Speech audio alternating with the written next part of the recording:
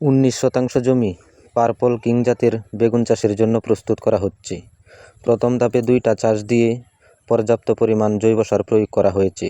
আজকে আরও 2টা চাষ দিয়ে জৈব সারগুলো মাটির সাথে মিশিয়ে দেওয়া হচ্ছে।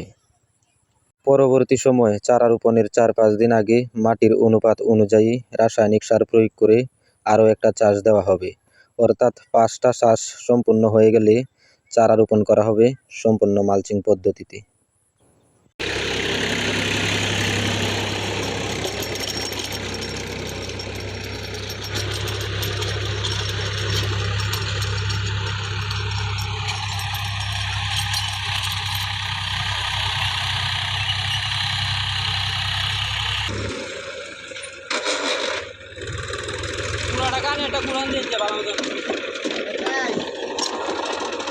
সারটা দিতাম না, সারটা আমি সকাল তো না ওরা বুঝছেন না